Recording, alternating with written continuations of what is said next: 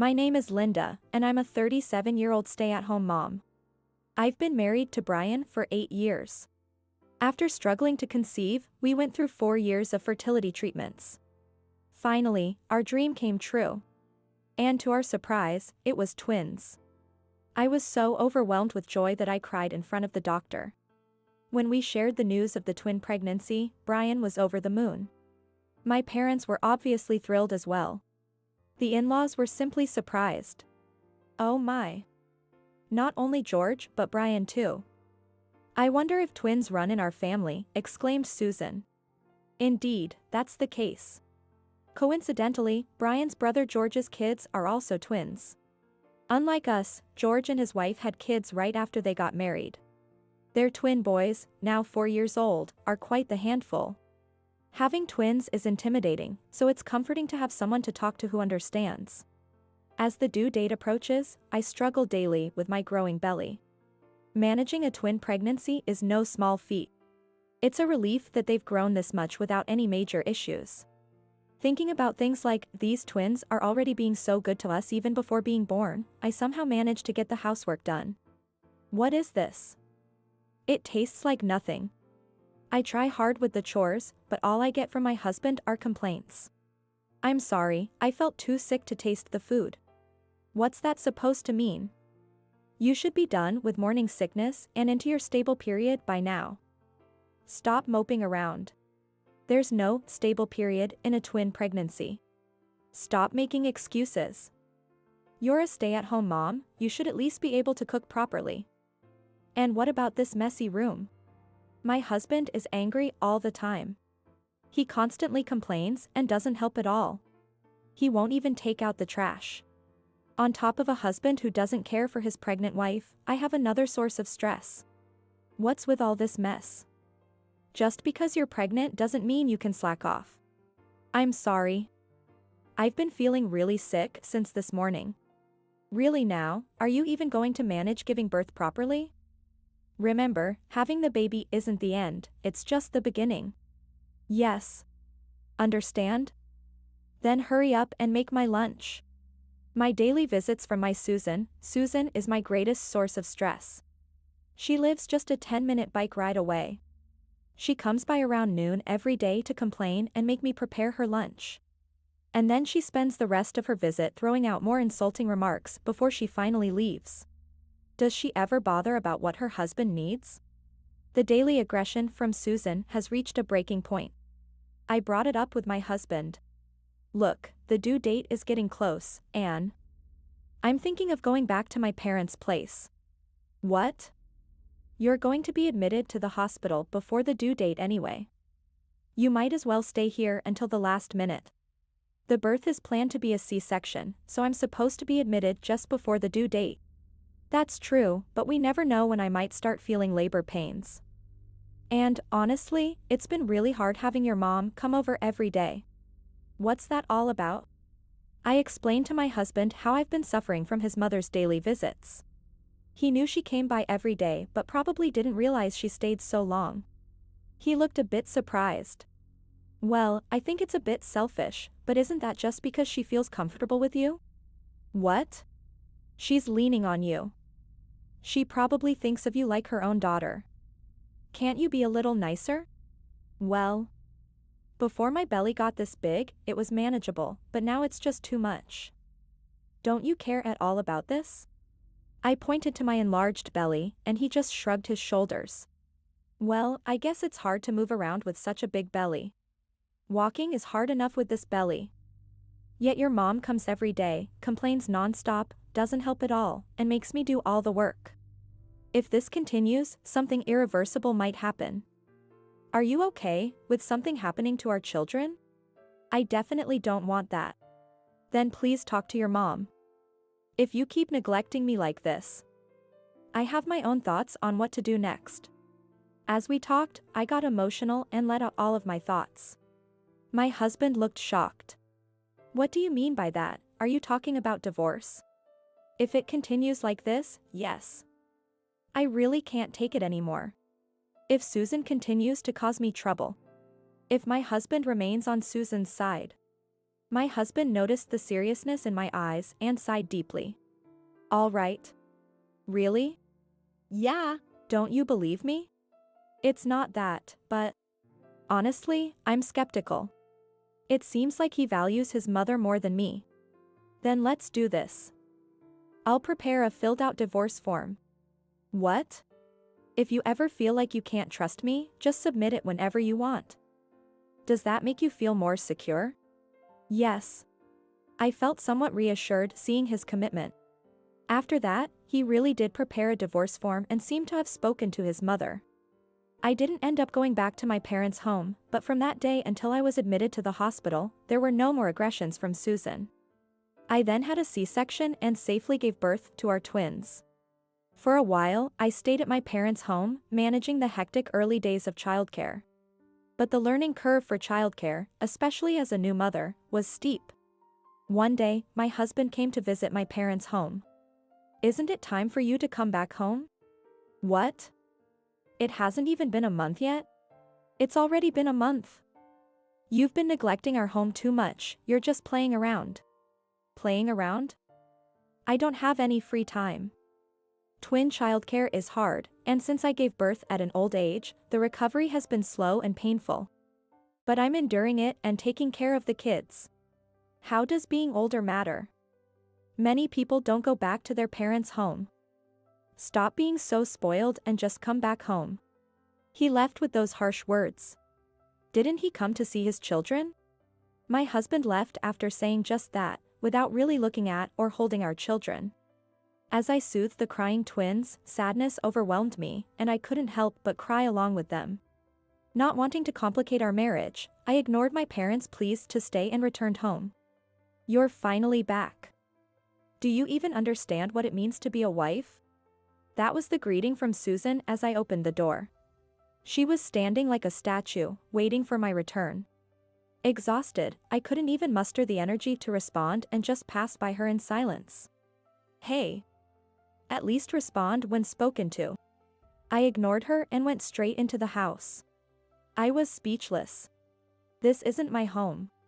The mess was horrible, and I muttered that to myself. The kitchen was piled high with used dishes, leaving no space for cooking. The floor was covered with used clothes and empty takeout containers. All this after being away for just about a month. Susan, did you come here while I was away? I came over often. I was worried about my son struggling alone. You came over often and left it like this. Worried about your son, while leaving this mess. This environment could definitely harm someone's health. And it's not safe for babies. As someone who's raised children, don't you know that? For now, I will put the twins to sleep in the somewhat better baby playpen in the bedroom. Then, I started cleaning. Phew, I guess that's it for now. Just as I finally got a break from cleaning. Wah. The twins cried out loud. There's no rest even for a moment. By the time I finished cleaning, the day was already turning to dusk. Finally done? You're so slow. That's what Susan said as she sat sipping coffee. I had to suppress the urge to dump that coffee over her head. As I frowned while feeding the twins, she put down her coffee and said, "Oh, by the way. Starting this weekend, George's twins will be coming over. It'll be your responsibility to look after them." Excuse me? I was so shocked I had to pause before responding. After all, I couldn't understand what was said. What did you just say? Like I said. George, our second son. His twins, we've decided to take care of them over the weekends. What does that mean? We've decided to give George and his wife a break. You're just dealing with sleeping twins. So it should be easy for you to help out George and his wife. I don't understand. I was dumbfounded. I'm not having an easy time at all. I'm so busy I barely even have time to sleep. Even when I was at my parents' house, I could hardly sleep. Returning home likely means it'll get even harder. What is she talking about? What do you mean busy? I'm giving you a job since you're just a stay-at-home mom, you should be grateful. That's impossible. It's only impossible because you're inefficient. Don't blame your incompetence on others. Just so you know, this is already decided. With that, Susan left. Just like my husband, Susan spoke her mind and left without listening to my side. It's not the time to be impressed by the family resemblance. In a rush, I called my husband, who was supposed to still be at work. What?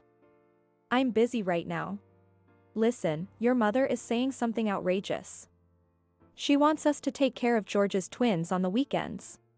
Oh, that. Yeah. You knew about this. I couldn't believe my husband was aware of this plan. Why didn't you say no? Well, George's family seems to be having a tough time. The twins are a handful, they can't even go out to eat. And they hardly get any rest or time to themselves. Isn't that sad? It might be sad, but how does that become our responsibility? Why can't your parents take care of them? My dad and mom are old, it's too much for them. Are you really going to push that on the elderly? You're cold-hearted. What about me? I'm already overwhelmed with our twins. Babies just sleep, drink milk, and sleep again. That should be easy, right? Oh, and don't slack on the housework. I won't tolerate any laziness. That's the deal. If you refuse, then it's divorce. How can you say that? Won't you help at all? Me? No way. You expect me to work on my days off after I'm already tired from work? You really are a terrible wife. This is hopeless. The conversation isn't going anywhere. My husband and his mother are the worst. I hung up the phone without another word. Despite the unreasonable conversation, my mind was surprisingly clear. I made another call to someone else. A few minutes later, after ending the call, I gazed at my sleeping twins. Their adorable sleeping faces gave me courage. My husband and Susan are always imposing their own needs over these adorable children. They don't have an ounce of consideration for me. To them, whether I exist or not seems to make no difference. I decided to cut off my husband and Susan swiftly and decisively. That night, my phone rang. It was from my husband. Hello? I just got home, why aren't you here? Where are you? I'm at my parents' house. What? You just came back home, why are you still at your parents' house? I did go home and cleaned up everything. It's nice and clean now, isn't it? I called you, didn't I? Why are you at your parents' house now?